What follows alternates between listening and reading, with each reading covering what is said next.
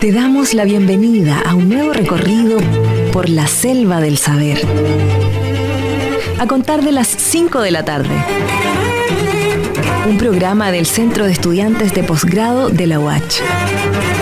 Porque cada investigación es una aventura salvaje. La selva del saber, en Radio Universidad Austral de Chile.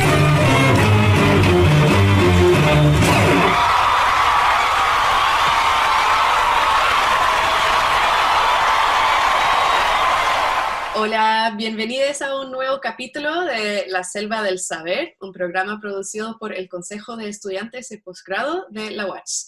Hoy su locutora seré yo, Emma Gaiman, y para comenzar voy a presentar a nuestra invitada del día de hoy. Camila Cifuentes es bióloga ambiental y magíster en ciencias biológicas de la U de Chile.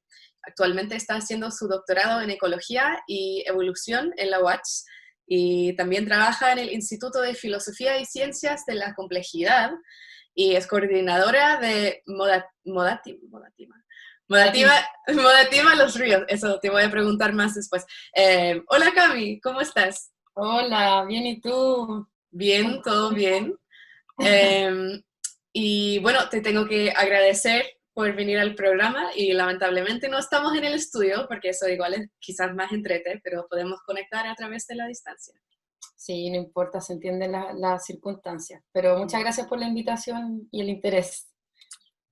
Súper.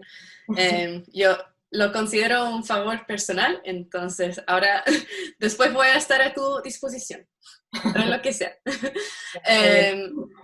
Y bueno, quizás puedes contar la historia de cómo nos conocimos las dos. Sí, súper entretenido en realidad. Bueno, con Emma nos conocimos el 2017, si no me equivoco, 2018. Fue el año pasado. Ay, no, mentira, 2019. Qué largo 2020, ya. Sí.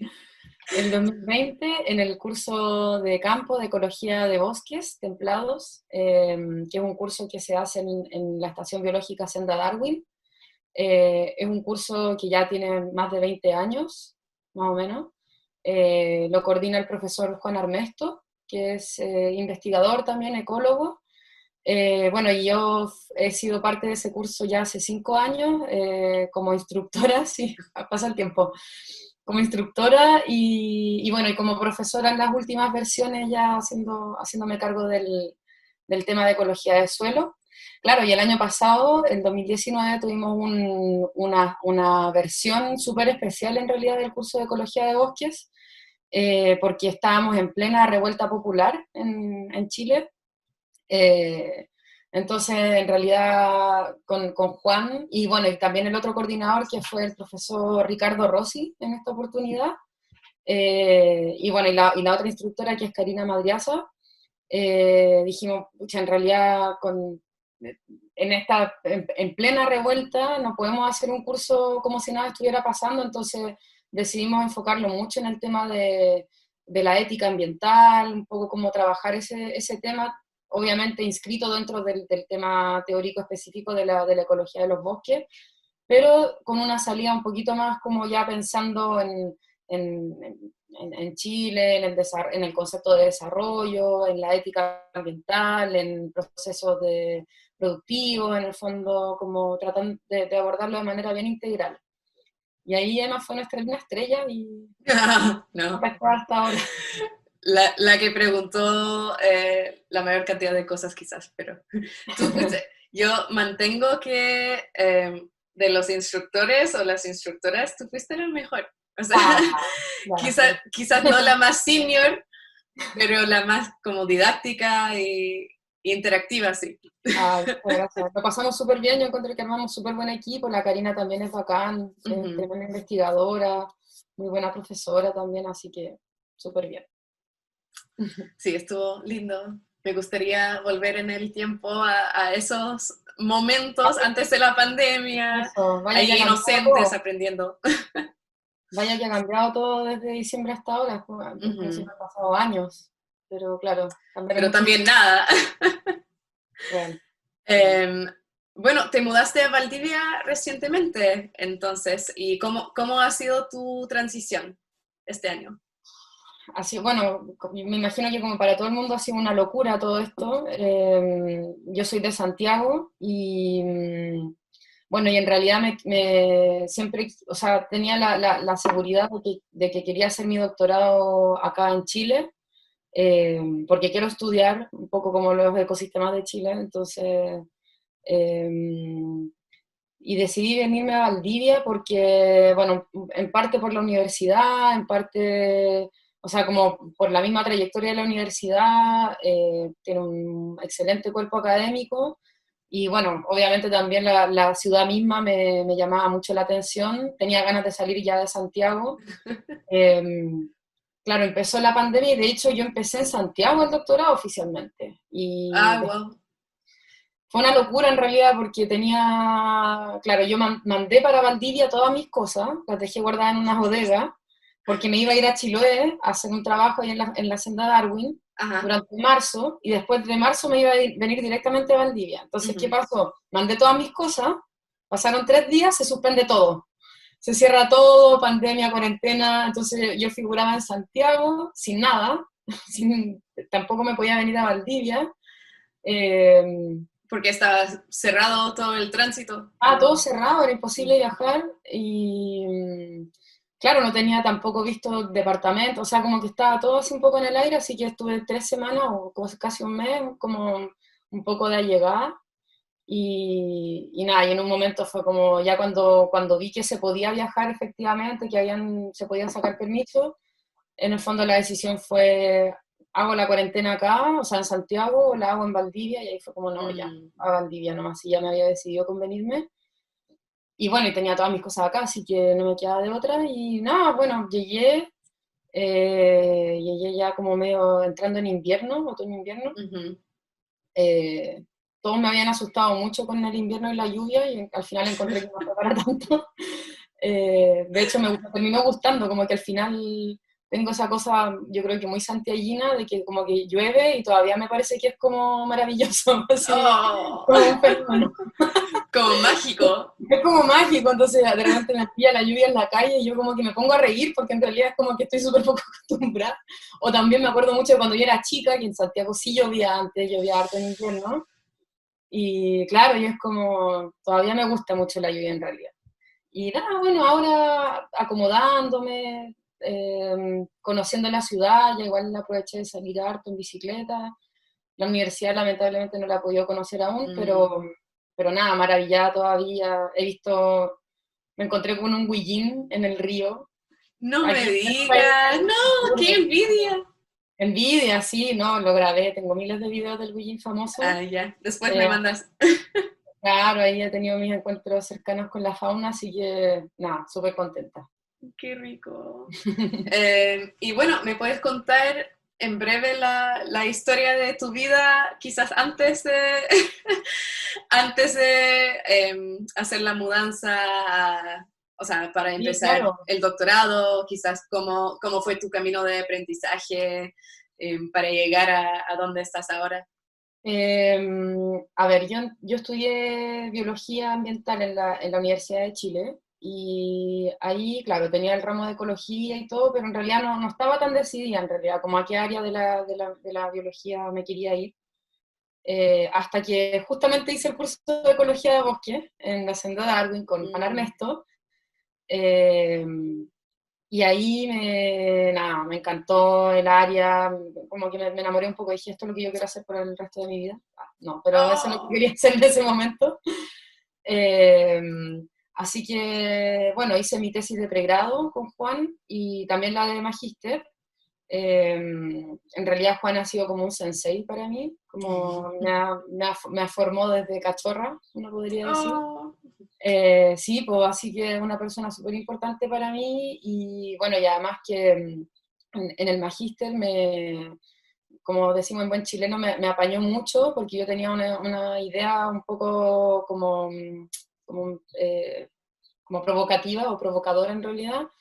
Yo estudié el efecto de las plantaciones de pino sobre el suelo. en específico sobre algunas propiedades físico-químicas del suelo y sobre las comunidades de invertebrados. Juan no sabe de invertebrados, yo tampoco sabía de invertebrados, pero ahí nos asesoramos con algunos entomólogos, con Cristian Villabra, con Constanza Chapir, que también son de la UTEM en Santiago. O sea, mentira, son de la ONCE, del pedagógico, ex pedagógico. Y bueno, y ahí me aventuré desde ir a terreno, meterme en las plantaciones, como ver un poco cómo está la cosa ahí. Lo comparé con suelos de bosque nativo y en realidad encontré diferencias súper significativas, abismales en realidad, tanto en la composición de las comunidades de los invertebrados como en estas propiedades físico-químicas, ya sea capacidad de infiltración, pH, contenido de nutrientes, humedad. Y claro, que son cosas que uno podía intuir, ¿verdad? Y como que en realidad mi objetivo era como pasar de la intuición, como que uno dice, no, las plantaciones forestales son súper malas y hacen daño al suelo y a los ecosistemas, pero ya, yo quería como sacar números de eso. Y bueno, y lo logramos, salió la tesis obviamente, logramos publicarlo a comienzos de año en la revista Scientific Reports. Y claro, y como que fue bien, también gracias al IEB fue como bien publicitado todo, así que nada, ahora también quiero un poco dedicarme también al tema de la ecología del suelo, ya no tan, ¿cómo se dice? Como pasar a una fase un poquito más experimental, quizás. No tengo muy claro todavía como en específico el tema de mi tesis, pero ya sé que va a ser en ese tema, ecología del suelo, y probablemente igual voy a abordar el tema de invertebrados así mismo. El tema de los invertebrados en Chile es tremendo porque en realidad hay muy poca gente que lo estudia. Claro, la entomología en general se hace como más hacia el área productiva, como que los agrónomos, hay hartos agrónomos que trabajan en entomología, y queda muchísimo por comprender, o sea, hay como un hoyo gigante en el conocimiento de la historia natural de los invertebrados de Chile. Por ejemplo, solamente con decirte que de lombrices, conozco a una persona que trabaja con lombrices, y trabaja con lombrices más en el área de la remediación, como en un área un poco más productiva, o sea, ni siquiera como que yo haya averiguado, no hay información sobre, por ejemplo, cuáles son las especies nativas de Chile, y estamos hablando de lombrices, o sea, son macroinvertebrados. Imagínate qué pasa con los protruros, los dipluros, los onicóforos, ¿cachai? Como es un universo de seres y organismos que no están estudiados en Chile. No he escuchado nunca esos nombres, pero eso también indica que son muy pocos conocidos. Sí, así es, y son importantes componentes de los ecosistemas, y claro, y nadie, como tampoco se ven a simple vista, hay que mirarlos con lupa, como que nadie los pesca mucho, por así decirlo. ¿Y por qué tenía que ser la austral? ¿Tiene alguna fuerza especial en suelos la austral? O se me ocurre que nunca te pregunté esto en la vida. No. En realidad, bueno, hay un equipo, o sea, hay investigadores que trabajan con el tema del suelo. Específicamente en la Facultad de Ciencias está Roberto Godoy, que trabaja con micorrizas. Bueno, y él tuvo un estudiante que también trabajó harto con el tema de ecología del suelo, que se llama César Marín. Bueno, además está el grupo más ya de agrónomos o de microbiólogos, por ejemplo. Está el profesor Óscar Martínez, que también trabaja en microbiología del suelo y es bien interesante su trabajo. También me he contactado con Mauro González, que, bueno, él trabaja con el tema del fuego y todo, entonces como que ahí estuvimos conversando un poco del tema también de qué pasa con las comunidades de invertebrados post-incendio. Él fue mi mentor de Fulbright para mi beca. ¿Ah, sí? Mi profe guía. Yo no lo he podido conocer personalmente todavía, pero... Es muy difícil conocerlo bien en persona porque anda en miles de cosas, entonces es como una mariposa que nunca queda en un lugar mucho tiempo. Sí, pues así que, nada, en realidad como contenta, entusiasmada, pero también un poco ansiosa porque ya como que termine todo esto y pueda partir y pueda ir a conocer los laboratorios y todo, pero bueno, en realidad por el momento estoy bien.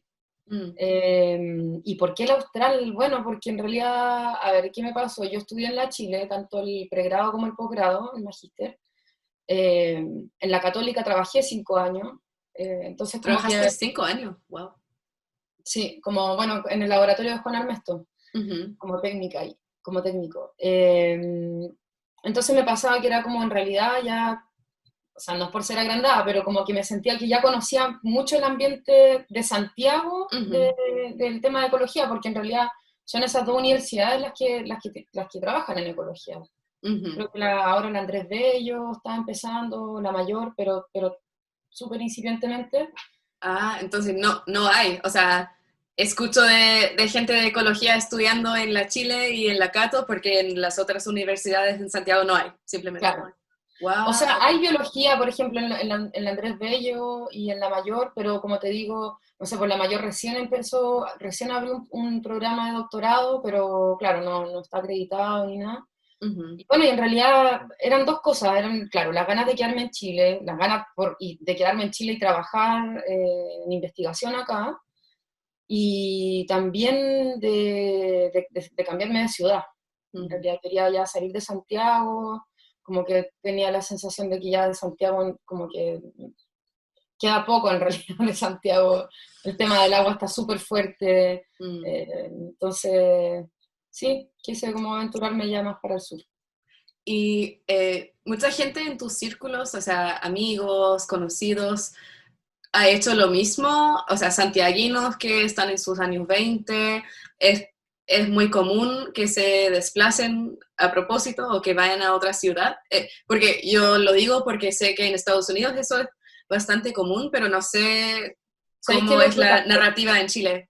No, porque Chile es súper, súper centralizado, está Ujú. todo en Santiago, entonces la gente, o sea, de partida no hay tantas oportunidades fuera de Santiago. Mm.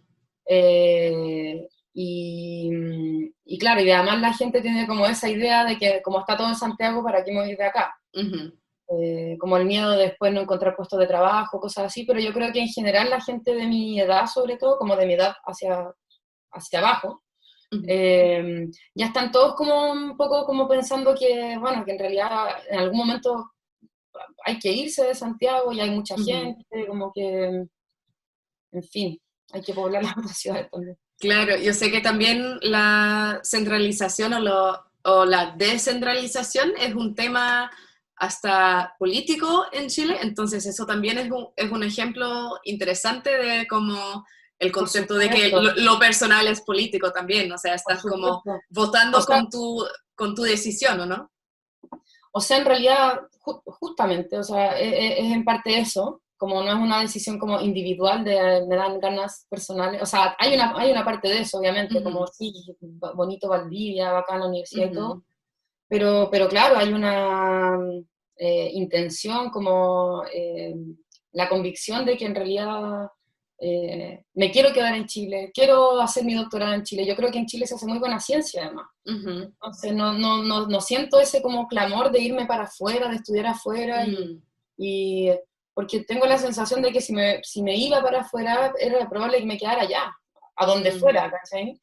Y yo no, yo proyecto mi vida acá y bueno, y no sé, como que el tiempo y la historia me dieron la razón, ahora está todo pasando en Chile, estamos a puertas de un proceso constituyente que nos tiene a todos súper entusiasmados, también súper alerta. No sé, yo siento que ahora en Chile está todo pasando, entonces no, Ujú. estoy súper segura de mi decisión Ujú. y también entusiasmada con ser aporte en realidad, sí, es como, también tengo súper claro que pertenezco a un porcentaje de la población súper privilegiada, Ujú. que he sabido manejar mis privilegios también y ocuparlos y estoy en eso, como en el fondo tratando de hacer cosas Ujú. eh, para sacar adelante este país y nuestra gente. A él, bueno, esto te iba a preguntar más adelante, pero creo que igual cabe aquí. ¿Hay el estereotipo o quizás el problema en las décadas o los siglos pasados de que los científicos o las científicas no son no son la comunidad o la población más involucrados en los otros sectores de la sociedad o en los otros aspectos de la vida. ¿Cómo lo ves tú ahora en 2020? Obviamente tú has estado ahora en 3 universidades distintas, en zonas distintas del país. ¿Qué opinas sobre el estatus de eso? No, me parece que es un fenómeno súper real, súper vigente hoy en día. Hoy en día hay un poquito más de científicos y científicas, sobre todo las mujeres en realidad, debo decirlo, sobre todo investigadoras mujeres que ya como que están tratando como de salir un poquito de ese status quo, que en el fondo que es como publicar, y no, y yo reducido en mi laboratorio, y como que es lo único que me importa, y no, y en realidad como que, o sea, yo creo que todo lo contrario. No por el hecho de ser científicos, sino que somos ciudadanos y ciudadanas, somos trabajadores y trabajadoras. Hay algo que a mí ya hace tiempo como que lo vengo pensando y es como de este como estatus raro de los científicos, que es como que se separan o nos paramos como un poco en la abstracción de la sociedad, por así decir, tendiendo a no involucrarnos demasiado, a no opinar demasiado, a no tener una posición política demasiado definida. Pero yo creo que eso en realidad nos ha jugado súper en contra. Sacarnos o desentendernos de nuestra propia calidad de trabajadores y trabajadoras ha hecho que el trabajo de científico y científica sea súper precario, es un trabajo súper precarizado, casi no hay contrato, no hay seguros de salud. Yo, o sea, imagínate, yo trabajo mucho en terreno y me mandan sin seguro a terreno, ¿cachai? O sea, la parte de la seguridad social me las tengo que valer por mí misma. Y yo creo que en parte eso es como de no reconocerse como trabajadores, porque en realidad si uno es trabajador, tiene que velar por los derechos de los trabajadores y trabajadoras, en realidad. Claro, eso por una parte, y por otra parte, yo creo que en realidad igual ya eso está cambiando un poco, sobre todo con las nuevas generaciones, como había, bueno, a partir también de la revuelta y todo, yo siento y he visto también harto investigadores e investigadoras, de hecho hay una red de investigadoras de Chile, no me acuerdo cómo se llama, creo que es así, red de La investigadoras, Ready, ¿o no? la REDI, sí. Han venido a este programa. ¿Cómo? Han venido a este programa el año pasado. Sí. Ya, y nada, una iniciativa súper bacán, yo encuentro, o sea, como además son puras investigadoras mujeres, las investigadoras mujeres en Chile somos el mínimo. Además hay un techo de cristal muy fuerte que se refiere a que es muy difícil para nosotras acceder a cargos en las universidades o en equipos de trabajo, como a cargos más de dirección. Y claro, y ellas, las investigadoras de Ready, han logrado posicionar temas, han logrado como de alguna manera penetrar como de feminismo y desordenar un poco la cosa dentro del campo de la ciencia en general, naturales y sociales. Claro, eso. Wow. Sí, iba a decir que, o sea, cuando partiste de hablar sobre la valoración o el bajo valoración de los científicos como trabajadores, o que nunca nos hemos sentido cómodos con tomar una posición política, históricamente, si la ciencia siempre ha sido usada para la política, o sea, para cumplir con metas que son inherentemente vinculadas a la política, igual, ¿no? Sí, absolutamente. Y de hecho yo creo que eso es algo que no sé si da para la nueva constitución, pero debería, que tiene que ser enfocada en como, ¿para qué estamos haciendo ciencia? ¿Con qué objetivo? ¿Estamos apostando a perpetuar el modelo de desarrollo que tenemos?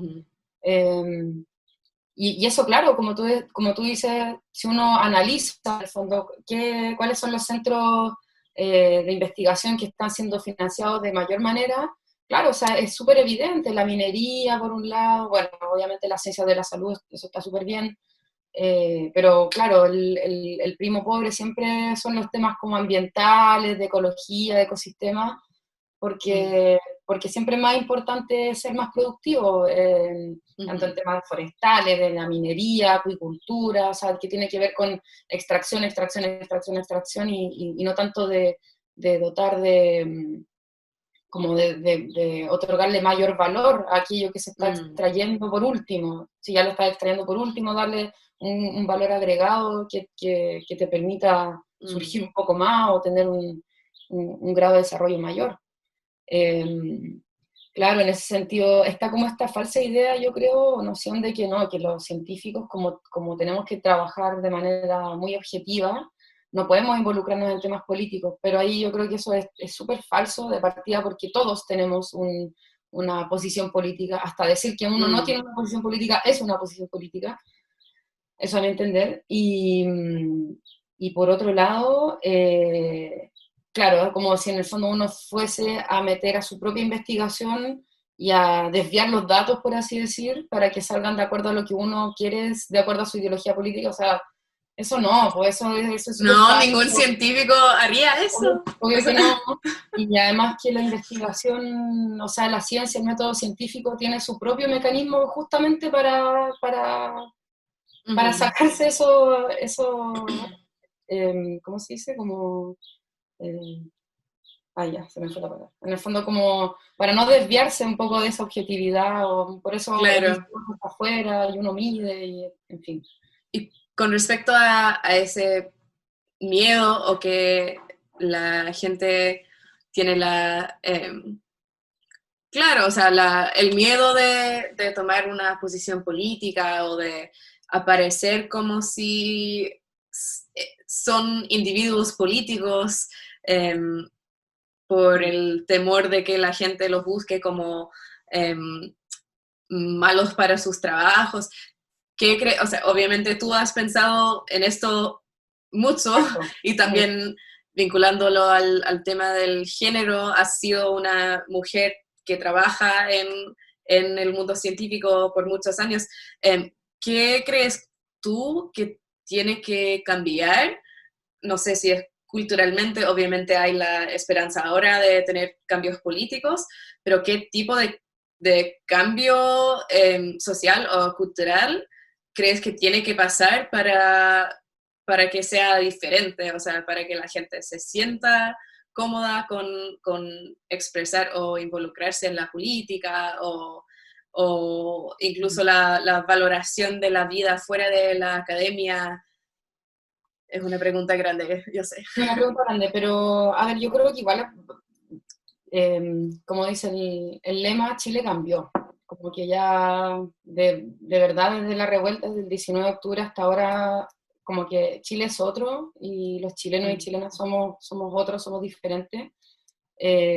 Claro que esto no salió de la nada, obviamente hay un acumulado de larga data, también muy encabezado por el movimiento estudiantil, también con algunos movimientos de trabajadores y trabajadoras. Y en ese sentido yo creo que la gente ya está cada vez con menos miedo de expresarse políticamente. O sea, de hecho, a mí me llamaba la atención, de repente iba caminando, bueno, en Santiago, y me acuerdo que había dos señoras, una mamá y una hija, caminando y iban hablando de la Constitución, así en pleno centro de Santiago. Y yo decía, esto como que realmente hay algo que está cambiando, porque o sea, antes uno jamás veía gente hablar de política en la calle, era súper raro, y ahora está como en el día a día, ¿verdad? Y la gente mayor también. Bueno, y la gente mayor y los jóvenes también muy involucrados. A ver, yo creo que hay hartas cosas. El tema cultural quizás es lo más difícil y lo más como a largo plazo, ¿no? O quizás no tanto, en realidad, un poco contradiciendo lo que está diciendo, pero claro, o sea, el tema de la nueva constitución abre una ventana de oportunidades que tampoco ya está zanjada, o sea, puede pasar muchas cosas, faltan muchas etapas todavía en relación a la nueva constitución, hay mucho que ganar, en el fondo como de pelear. No es un escenario tan fácil en realidad con el tema del quórum de 2/3 y bueno, lo que ya sabemos, pero por eso yo creo que hay que ir quemando etapas en el tema, sobre todo constitucional, de tener los delegados constituyentes, lograr posicionar los temas, lograr generar los cabildos. O sea, eso también es súper importante, que en el fondo no sea este grupo de ciento y tantos delegados y que hagan lo que ellos quieran, sino que en el fondo respondan a un mandato ciudadano que sea formulado en estos cabildos o asambleas territoriales, y que sea desde las asambleas territoriales de donde salgan los temas, como los mandatos que estos delegados vayan a llevar a la constituyente. Y por otro lado, yo creo que el tema de organizarse en Chile, yo creo el Chile dictatorial y postdictatorial dejó mucho miedo de organizarse, como si la organización fuese algo malo, la organización política, la organización de trabajadores y trabajadoras, las organizaciones de mujeres, y eso está floreciendo en todos lados, y sobre todo también en el tema ambiental, y sobre todo acá Valdivia, que es como la capital del ambientalismo en Chile, es súper fuerte, y yo creo que hay que seguir impulsándolo, o sea, por mucho que como la noción como colectiva haya cambiado, en realidad en lo concreto nada ha cambiado en Chile, o sea, estamos con el mismo modelo de desarrollo, los mismos desastres ecológicos, no sé, la semana pasada me mandaron una foto de Ventana, de la bahía de Ventanas, todo súper contaminado por Codelco, o sea, en general, estamos con todo igual, estamos, y sobre todo con esta crisis económica que se viene, el gobierno ya va a sacar un plan como económico de reactivación, que por supuesto todos los temas ambientales se van a ver minimizados en pos de producir mayor capital, que es obvio, o sea, todos necesitamos que la economía se reactive, el tema es cómo vamos a reactivar la economía. Va a ser contaminando, va a ser destruyendo los pocos ecosistemas que nos van quedando más prístinos, o nos vamos a tomar en serio el tema de un desarrollo, ya ni siquiera hablar de un desarrollo sostenible, sino como empezar a pensar ya qué modelo de desarrollo vamos a querer. ¿Qué significa el desarrollo? ¿Va a ser solamente crecimiento económico, acumulación de capital, o vamos a generar una sociedad más científica, más humanista, qué sé yo, con desarrollos locales, que impulse la soberanía alimentaria, que impulse la igualdad de género, en fin. Una sociedad interseccional. Una sociedad interseccional, exacto. Entonces, no, son muchos temas, en realidad yo creo que está todo pasando en Chile y hay que ponerse manos a la obra, en realidad. Pero por eso, no desde el pedestal de los científicos, sino que desde la ciudadanía, desde los territorios, no tener miedo de mezclarse con todo el mundo al final. Es muy conmovedor todo y muy motivador. Sí. Ya, te tengo que preguntar sobre los suelos. ¿Ah? ¿En tu país también está todo pasando? Sí, también estuvo heavy, por decirlo en chileno, lo de la elección. Justo me tocó estar aquí de visita durante eso, y obviamente en el verano, o sea, el verano norteamericano, el tema del movimiento de Black Lives Matter contra el racismo, que realmente había sido un movimiento desde hace 6, 7 años, pero no era nada como del mainstream decirlo. Y ahora toda corporación, político, casi todo el mundo, o sea, políticos desde moderados a izquierda están haciendo su declaración de Black Lives Matter, y obviamente sigue la lucha para que el mensaje del movimiento no sea apropiado para después silenciarlo. Pero yo creo que sí, la activación política obviamente no podría haber venido en un mejor momento para cambiar la dirección del poder ejecutivo y ojalá legislativo en el país. Entonces yo podría hablar 4 horas sobre eso, pero te tengo que preguntar sobre los suelos, porque Vale. de cara se supone que este programa es para difundir el conocimiento científico, pero también somos un programa interseccional, entonces obviamente todo lo que ya hemos hablado es demasiado relevante. Ya, pero tú estabas hablando antes de que son pocas las personas que estudian los microorganismos de suelo. O sea, pero que tú te ves en una dirección hacia seguir estudiando la ecología de suelo. Mi Sí, pregunta es, ay, perdón, no, solamente decirte que en realidad, claro, así como tema de como la ecología del suelo, o sea, mirar el suelo, que en realidad son, no sé, 30 centímetros, 1 metro máximo, ujú, desde la superficie hacia abajo, considerarlo como un ecosistema es una cosa súper nueva en realidad, ¿ya? Por eso como que el mm, tema de la ecología del suelo no es algo que uno escuche demasiado.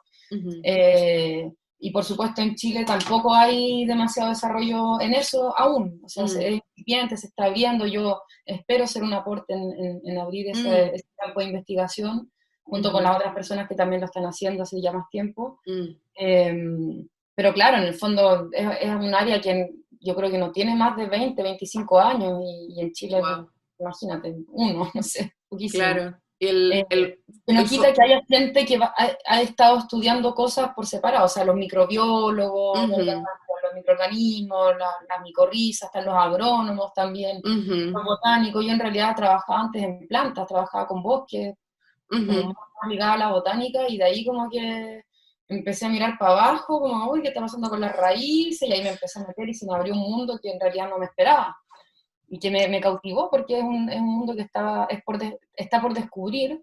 Las interacciones que se dan en el suelo son tremendas, son súper significativas, mm, como para el funcionamiento mismo del ecosistema, para el reciclaje de los nutrientes, por ejemplo, todo el procesamiento de los nutrientes como el nitrógeno, el mismo carbono, el fósforo, el magnesio, está todo en el suelo. mm, Entonces es una parte muy importante de los ecosistemas que en general es poco visto. Eh, mm, Otra cosa que me llama la atención del suelo y de las interacciones en específico es que hay muchas interacciones como de cooperación, mm, no tan competitivas. El suelo es como un ambiente, lo voy a decir un poco antropocéntricamente, pero es un ambiente súper difícil en el cual vivir, o sea, está súper apretado, es poco espacio, hay poco aire, mm, de repente que no hay agua y después está inundado de agua, o sea, hay que tener como ciertas estrategias, por así decir, de parte de los organismos para poder habitar en el suelo, y mm, esas estrategias también pasan por la cooperación, ¿verdad? Por interacciones positivas entre organismos, que se van acomodando mutuamente, o sea, eso no quiere decir que no haya ni competencia, ni depredación, ni todo eso, obviamente la interacción estrófica está en todos lados, pero claro, eso es algo que me llama mucho la atención. Y también el hecho de que hay como aspectos de la teoría ecológica que se desafían mucho bajo el suelo, o sea, cosas que mm. uno creía como que eran como regla general, porque están del suelo para arriba, en realidad bajo el suelo no se cumplen. Entonces pasan otros procesos y eso también lo hace súper interesante. Mm. Wow, es impactante que, o sea, obviamente una vez que me metí al mundo de la ecología un poco, porque yo tengo background de geóloga, Ujú. eh, iba dándome cuenta de que el forma de pensar en, en ecosistemas como un sistema es bastante nuevo aquí, o como lo dices, ecología de cualquier cosa. Ujú.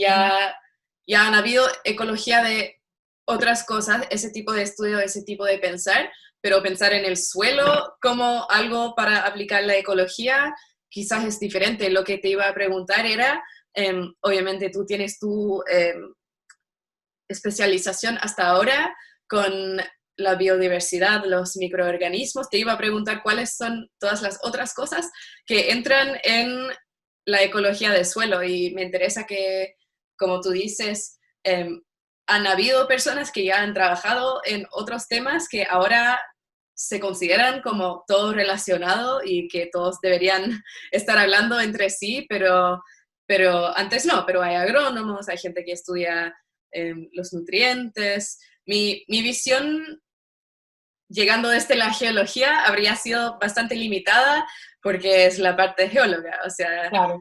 eh, Es que tu pero área eso está un poquito más abajo de la mía. La mía es es como, 30, 40 centímetros, la tuya es todo lo que viene después.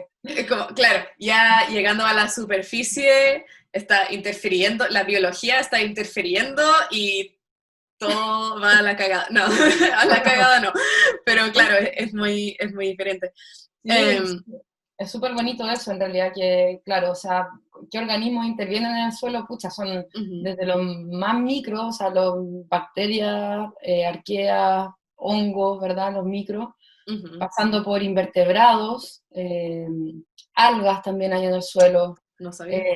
sí, mucha alga, mucho invertebrado, microinvertebrados como son los nematodos, los ácaros, los colémbolos, y Mm, así van creciendo de talla mesoinvertebrados, macroinvertebrados, pero también está todo el tema de la interacción con las plantas. O sea, las mm, plantas también juegan un rol súper fundamental en el tema del suelo, específicamente con las raíces. Se producen interacciones, pero así súper específicas entre lo que se denomina la rizósfera, que es como los primeros milímetros que separan, que están entre la raíz y el suelo. Es un espacio donde se producen muchas interacciones entre bacterias y hongos también, y la planta, ¿verdad? La raíz. Hay traspaso de materiales, ¿verdad? Elementos que salen, ujú, elementos que entran a la planta. eh, y en realidad todo pasa en un espacio tan pequeñito que es mm, súper imperceptible. Y está todo así, todo mezclado, ¿verdad? Está la planta, están los invertebrados, que algunos se alimentan de la planta, otros se alimentan ujú, de los que se alimentan de la planta. Entonces como que es bien interactivo todo, en realidad. ujú. Em, y tú, ay, me di cuenta ahora que salgo como English teacher en esta grabación. No. Em, eso no es mi nombre. Sale por la cuenta de Zoom. Ya, entonces, como tú mencionaste antes, ya, creo que todo lo que dijiste es súper importante porque, en mi opinión, creo que hay mucha gente que tiene la idea vaga de que los suelos son súper importantes, pero no necesariamente saben por qué, o no Claro. necesariamente sabemos por qué, me incluye a mí misma.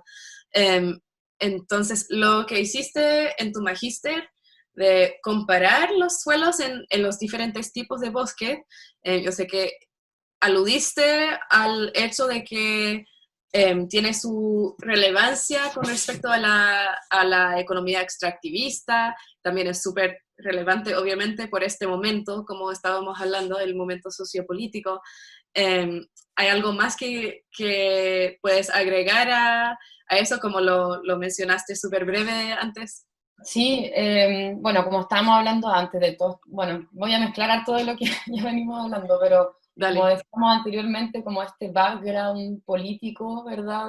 Desde donde uno se posiciona y que es también desde donde uno investiga, ¿verdad? O sea, desde donde Mm, uno se está haciendo las preguntas que se pregunta. Yo creo que la, el- el- la visión política o valórica o moral incluso llega hasta ahí, hasta la formulación de la pregunta. mm, Desde la formulación de la pregunta de investigación hasta que uno obtiene los resultados y ya después hace sus conclusiones, ya ahí es como materia científica, ¿verdad? Entonces yo creo que mm, igual es importante también como determinar eso. En ese sentido yo, claro, mi background político era como también muy cuestionadora del modelo extractivista, así ampliamente, específicamente el tema de las forestales, eh, también de una manera muy crítica, como tanto por sus prácticas de manejo, también las prácticas sociales que tienen, las prácticas con los trabajadores, también la destrucción de los ecosistemas. O sea, yo como mm, ecóloga también me percibo, ¿verdad?, en el ambiente que hay una tremenda disminución de la biodiversidad dentro de una plantación forestal. ujú, Y bueno, de ahí me planteé esta pregunta, ¿verdad? O sea, como cuál es el efecto de estas plantaciones sobre el suelo, pero yo tengo que compararlo con algo, ¿verdad? Y esa mm, comparación la hice con un bosque nativo, ¿ya? Entonces, como comparar un poco, también un poco haciendo este juego de, como tú mismo lo dijiste, son dos tipos distintos de bosque. Mi objetivo era decir, no son dos tipos distintos de ups. bosque. Uno es un bosque y el otro no es un bosque, es una plantación. ¿ya? Y también fue parte de las conclusiones a las que llegamos con el estudio. ¿Por qué no un bosque? No es porque le tenga mala onda a los pinos, ni mucho menos, son árboles nomás, no tienen ningún problema. Sino que tiene que ver con los procesos que ocurren en el bosque, en fin, o sea, ahí me podría alargar mucho, pero claro, hay aspectos súper determinantes que, a mi juicio, determinan que un sistema es una plantación y el otro es un bosque y pasan cosas diferentes. Que haya que acabar con todas las plantaciones, probablemente no, quizás que haya que tenga que ocurrir algún grado de transición, pero está ocurriendo efectivamente. Tú me decías cuál es la importancia de los suelos. Los suelos, por un lado, son el lugar donde se ciclan y se reciclan todos estos nutrientes que son vitales para la vida, pero además es súper importante para nuestra alimentación, ¿ya? O sea, un suelo degradado, un suelo infértil, por así decir, no te va a producir alimento con el que se alimenta la población. En ese sentido, el cuidado de los suelos es fundamental, y yo creo que tenemos que empujar nosotros como científicos, como investigadores, a desarrollar nuevas prácticas que permitan el correcto funcionamiento de los suelos sin tener que, por ejemplo, fertilizarlos artificialmente. La fertilización artificial también tiene un montón de consecuencias, ¿ya? Para la vida del suelo, pero también, por ejemplo, para el agua, porque todo eso, el fertilizante que llega al suelo es muy poco lo que llega a la planta. La mayor parte de ese fertilizante escurre, ¿verdad? Lixivia, hacia las napas subterráneas, hacia los ríos, hacia los cursos de agua, y tenemos hoy en día también nuestros cursos de agua tremendamente eutroficados, que es cuando ocurre que claro, se sobrefertilizan, por así decir, y hay un crecimiento exuberante de algas, por ejemplo, y al final es una forma de contaminación del agua.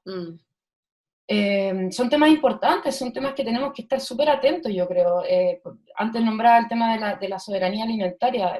La soberanía alimentaria no es un eslogan, ¿ya? Es un concepto súper fuerte, fundamental, que tiene que ver con la alimentación del pueblo al final. ¿De dónde nos estamos alimentando? Aquí, por ejemplo, al comienzo de la pandemia, me acuerdo que hubo en Chile, subieron mucho los precios de algunos legumbres, y específicamente el garbanzo. Y averiguando por qué el garbanzo específicamente. Y claro, y pasa que el garbanzo ya no es producido en Chile, o sea, es mínimo lo que se produce, lo producen particularmente pequeños campesinos, ¿verdad? Pero ya no se produce casi, no es rentable. Entonces, es más rentable económicamente traer garbanzos de afuera. En esta circunstancia de pandemia se tuvo que ver un poco impedida ese ingreso tan masivo. ¿Y qué pasó? Que nos quedamos sin garbanzo, y el garbanzo es un alimento fundamental, con un contenido de nutrientes súper alto. Entonces, a eso es lo que voy con que la soberanía alimentaria es un tema serio, es un tema que tenemos que tratar como país. Tenemos que también abordarlo desde la ciencia, en el sentido de cómo nos vamos a hacer cargo de este tema. ¿Cómo van a ser las prácticas productivas? ¿Vamos a seguir produciendo lo mismo a la escala que se está produciendo? ¿Vamos a fertilizar? ¿Vamos a seguir usando Roundup, que es este herbicida que mata todo y que además contamina a las trabajadoras de temporada? O sea, ¿viste? Uno empieza a hablar de algo y termina hablando de muchas cosas a la vez. Es que no se pueden separar. Exacto. Entonces, bueno, por eso hay muchas otras razones. Yo creo que el suelo es algo que hay que tomar en cuenta, hay que estudiarlo, hay que promover un desarrollo sustentable del suelo, ¿verdad? De las áreas productivas que inciden en el suelo, como es la agricultura, como es la forestal, ¿verdad? Pero hablarlo de cara, o sea, como con datos, con investigación, no sencillamente porque el mercado lo dice, ¿verdad? Sino que también con un tipo de sustento más ecológico, por último. Claro, hay que tener la mayor cantidad de línea base posible también. O sea, tú que estás ahora cuantificando algo que quizás antes no se había cuantificado, o sea, la diferencia entre la biodiversidad de los suelos en bosque nativo versus plantación. Me interesa lo que dijiste antes, como casi al comienzo del capítulo, de que mucha gente hablaba de la degradación o la falta de biodiversidad, pero era como más un concepto o una corazonada y que tenemos que igual ponerlo en número. Exacto, sí, esa de hecho era un poco el objetivo. Bueno, y otra cosa también súper importante del suelo, y eso quizás no se sabe tanto, y que tiene que ver con el tema del cambio climático, ¿verdad? Y de la alta concentración de CO2 que existe en la atmósfera. Bueno, pasa que en el suelo se almacena más del doble del carbono que existe en la atmósfera. Y cada vez que nosotros degradamos suelo, estamos emitiendo ese carbono a la atmósfera y estamos haciendo que empeore el tema del cambio climático. Entonces, la protección del suelo, la restauración del suelo, de los procesos que ocurren ahí, es fundamental, ya no para todo lo que hemos conversado, desde la soberanía alimentaria, de la mantención del ecosistema, sino que ya tiene que ver con un tema climático, ¿verdad? Y que es fundamental y que está marcando la pauta, no solo en Chile, sino que en todo el mundo estamos sufriendo el cambio climático. Y es innegable, o sea, si ya no llueve en Santiago, también tiene que ver con el cambio climático, no nos olvidemos de eso. Ya, creo que voy a soñar con los suelos esta noche. Bueno. Bueno, tenemos que ir cerrando, pero te quiero agradecer de nuevo. Muchas gracias por venir al programa.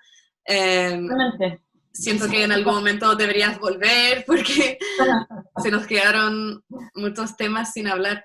O sea, que podríamos haber hablado más. Y bueno, ya para cerrar, digo que la próxima semana habrá otro capítulo del Selva del Saber, el programa del Consejo de Estudiantes de Posgrado de la UACH. Aquí creemos que cada investigación es una aventura. Y bueno, hemos sido Emma Gliman y Camila Cifuentes. No te presenté con tu segundo apellido. ¿Quieres decir tu nombre full? Sí, mi nombre es Camila Cifuentes Croqueviel. Me he encontrado pariente acá, yo no sabía que no conocía a esa familia y ahora he encontrado algunos orígenes por acá al parecer. Bueno, nos despedimos así.